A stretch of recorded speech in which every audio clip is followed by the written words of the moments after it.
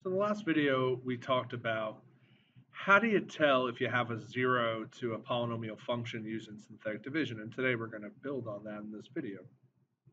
We're going to look at a couple theorems here. The key is to not get caught up in the math jargon of what's going on and get a fundamental understanding of what it's saying. So the fundamental theorem of algebra says that if f of x is a polynomial of degree n where n is greater than 0, so basically if f of x is more than a constant function, at least a linear function, if I set that function equal to 0 and solve, it's got to have at least one solution, or at least one 0, in the set of complex numbers. So that means either real or imaginary. So we're always guaranteed one solution to this equation. The corollary to that says that if a polynomial of degree n, where n is greater than 0, then the equation f of x equals 0 is going to have exactly n solutions. And we talked about this before when we were finding zeros. Now that doesn't mean we're going to get unique solutions. So it says provided each solution is repeated twice is counted as two solutions. And remember, if it counts as two solutions, that's called a multiplicity of 2. You should write that down. Counts twice, multiplicity is 2. If it counts 3 times, that's a multiplicity of 3, and so on and so forth. So let's see these two theorems in action here. So what is the minimum number of solutions to this equation? Well, if we set a polynomial function equal to 0 and solve it, we know that there has to be at least one solution. So there's at least one solution to that equation. We're not going to go find it now, but we know based on that first theorem that it has at least one. Now, how many zeros does this function have? So in other words, if I set it equal to 0 and solve, how many solutions would it have? Well, with the corollary to the fundamental theorem, we know we just have to check out what the degree is. So the degree, when it's in this multiplied out standard form, I just look for the highest exponent. So the highest exponent is 3. So you're going to expect there to be 3 zeros. Remember, it doesn't mean there has to be 3 unique zeros. Maybe I'll get 2 zeros, but one of those zeros would have a multiplicity of 2. Do all the solutions have to be unique? No, they don't have to be unique. We could solve and get 1 and 1 as a 0, and maybe 2 as a 0. So if those are my zeros, then I would say that 1 has a multiplicity of 2, and that 2 has a multiplicity of 1 because it only shows up once. Now, these aren't the actual zeros to this. We're just discussing what it might be. So if I look at the next one and I say, what's the degree? The degree is the highest exponent here. So that's going to be 4. So I know that this, if I set it equal to 0 and solve, it has to have 4 zeros. Again, they don't have to be unique. We could have repeats. So if you look at this next one, it's a little different than the one before it because it's in factored form here. So this is already factored for me. So to find the degree, we got to think about if we multiplied it out. We don't want to actually multiply this out. That would take a lot of work. We just want to think about what would the highest exponent be if we did multiply this out. So let's go through it term by term. 2x has degree 1. X minus 1 has degree 1. X plus 1, again, x plus 2 to the first power has degree 1. This next factor has degree 7. Now here we have degree 5, but then it's to the fourth power. So we got a power to a power. You got to multiply that by 4, and we'll get 20. Now, when it's already multiplied out, you just pick out the highest exponent. You do not add the exponents. I would make a note of that. But when it's factored, you find the degree of each factor, and you're going to add them up. So in this case, it's going to be 1 plus 1 plus 1 plus 7 plus 20. So 3 plus 7 is 10 plus 20 is 30. So this would have 30 zeros to it. And again, they may not all be unique. So that's how you find the degree in factored form. So make sure you differentiate. Degree, when it's in standard form, all multiplied out, just pick the highest exponent. Whereas it's in factored form, you want to find the degree of each factor and then add those up to find the total degree, which is the number of zeros there be. So why don't you try these next 3. Pause the video and come back and we'll go through them. All right, so how many zeros would this next function have? Again, look for its degree. Did you say 3? Then you got fooled. The highest exponent here is actually 7. So make sure you look at the whole polynomial before you decide that. Let's go through each term here. Now, 8 has degree 0 because it doesn't have an x next to it. So this 8 actually doesn't count in terms of what we're doing. That's just leading coefficient. This will have degree 1. This will have degree 1. This will have degree 1, but it's repeated 3 times, so we multiply it by 3. 1 plus 1 plus 3, this has degree 5. It'll have 5 zeros. This one does count because it has an x degree 1, next term degree 1. This will have degree 3, but it's repeated twice, so times 2. That's 6. And this has degree 1 for a total degree of 9. And thus, this will have 9 zeros. Again, it doesn't have to be 9 unique zeros. It'll just have 9 total zeros. So now we're going to move on to, if we're given the zeros of a polynomial function, how do we come up with the function itself? So let's read this. Write a polynomial function of least degree. Least degree just means that we don't want to make any of these repeated factors because that would increase the degree. That has rational coefficients. That just means we don't want anything besides fractions. We don't want to see any square roots left at the end if we multiplied it out.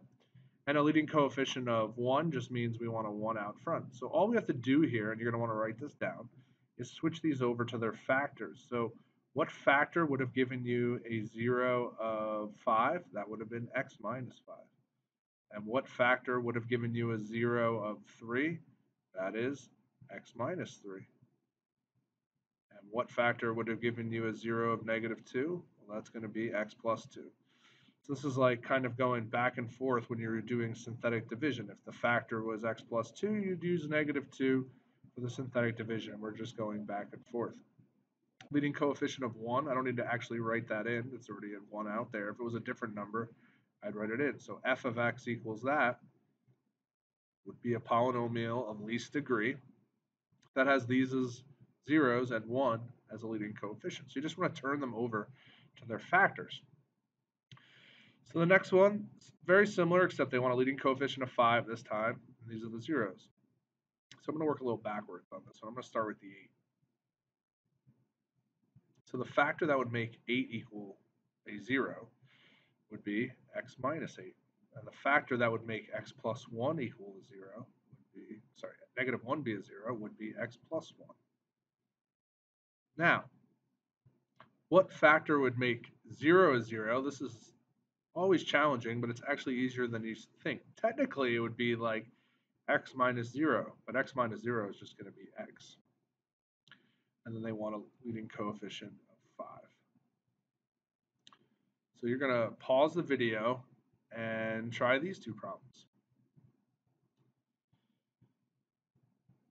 So the first one, you would have had f of x equals, and then switch to the factors. So 1 is a 0, x minus 1 is a factor. Negative 5 is a 0, x plus 5 is a factor. Negative 10 is a 0, x plus 10 is a factor, and they want a leading coefficient of 1. We're all set here. And the next one, we want to have a 0 of 0. So let's deal with that first. That's going to put an x out front. A 0 for negative 3 is going to be a factor of x plus 3. And then a 0 of 6 is a factor of x minus 6. And this time they want a leading coefficient of negative 5. So I'll sneak a negative 5 in front. So before we move on to the last two theorems here, let's take a look at these two problems here where we have to find the zeros. So let's set each one equal to 0 and solve. Well, these are quadratic, so we can use our quadratic techniques. There's no linear term here, so we can use the square root method. Let's add 3 to both sides. And then take the square root. Of course, we know that when we take the square root, we always have to put a plus or minus sign out front. So there's actually two solutions here. Positive root 3 and negative root 3. 2 and 1. Let's try it over here. Let's set it equal to 0. Subtract 25 from both sides and take the square root. Now I'm taking the square root of a negative, so I'm going to get complex solutions. But we're taking the square root, so I'm going to get plus or minus, in this case, 5i. So 5i is a solution, and negative 5i is a solution. And notice that on the left here, because there's a square root left, these are irrational numbers. And since we get irrational numbers from taking a square root, irrational solutions, zeros, are always going to come in pairs. If negative root 3 is a 0, so is positive root 3. And that's all because of this plus or minus. And the same thing is going to be true of complex solutions because they come from taking a square root. Because complex solutions come from taking a square root, there's going to be plus or minus. So that means that 5i is a 0, so is negative 5i, and vice versa. So that's what these next two theorems are going to say. So the irrational root theorem just says that if you're going to have a positive root as a solution, you're also going to have a negative root. So that means you have to make sure you have pairs. So when I look at this first example here, they give me a real solution. That's rational. A real solution, but this one's irrational. So I need to add zeros to my list because the only way that 2 plus root 5 could be a 0 is if 2 minus root 5 were a 0. And if negative 7 root 3 is going to be a 0, then positive 7 root 3 has to be a 0. So now we're going to do the same thing we did before. We're going to change these over to their factors. But you're going to have to add to the list if you have irrational zeros and they don't have a pair. So the first factor for 3 is going to be x minus 3. Then for 2 plus root 5, we're just going to change the signs when we go to the factors. So we're going to get x minus 2 minus root 5. And we're going to get x minus 2 plus root 5. And the same thing with the negative 7 root 3 and the 7 root 3. We're going to get x plus 7 root 3. And we're going to get x minus 7 root 3. And let's just make sure we got the right leading coefficient. We do. It's a 1. And that's all you're going to have to do. So if you see irrational zeros, you always have to put their pair down. So irrational zeros have to come in pairs. So try the next problem on your own and then come back and see how you did. So the first thing you should have realized is that 1 minus root 10 is a 0, so is 1 plus root 10. And if root 11 is a 0, so is negative root 11. So then just turn those into factors.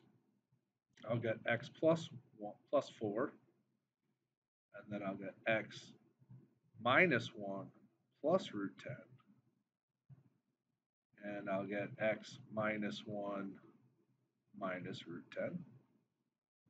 I'll get x minus the square root of 11, and I'll get x plus the square root of 11. So the same thing with complex zeros. Complex zeros have to come in pairs too because of the plus or minus. If a plus bi is a 0, so is a minus bi. So let me do this first one with you. If these are the zeros and I see i's, then they have to have a pair. If 3 plus I is going to be a 0 because of the plus or minus, 3 minus I has to be a 0. If negative 7i is a 0, so is positive 7i. Leading coefficient still 1, so let's change those to their factors. So the 0 of 2 becomes x minus 2. 3 plus I becomes x minus 3 minus I. And 3 minus I becomes x minus 3 plus I. Negative 7i becomes x plus 7i. And positive 7i becomes x minus 7i. So now pause the video and try this next one on your own. First thing you should have done is given these their pairs. If 5 minus I is a 0, 5 minus 4i is a 0, so is 5 plus 4i. If root 2i is a 0, so is negative root 2i. So if I turn this into a polynomial, I'm going to have a factor of x plus 6 for negative 6, and then the imaginary zeros. So x minus 5 plus 4i, just changing both the signs, and x minus 5 minus 4i, x minus root 2i, and x plus root 2i.